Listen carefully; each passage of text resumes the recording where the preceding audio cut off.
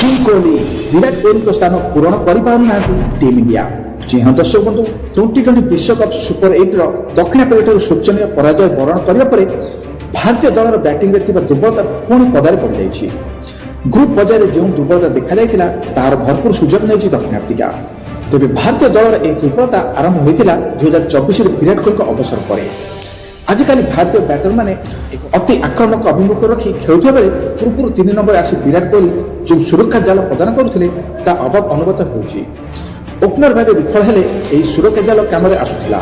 वर्तमान 3 नंबर आसुवा तिलक वर्मा एवं अभाव पूरण करने उद्यम करुले भी से विराट कोहली सफल हो पारना। चलित विश्वकप एपर्यंत तिलक वर्मा स्कोर हो 25, 25, 25, 31 और 1।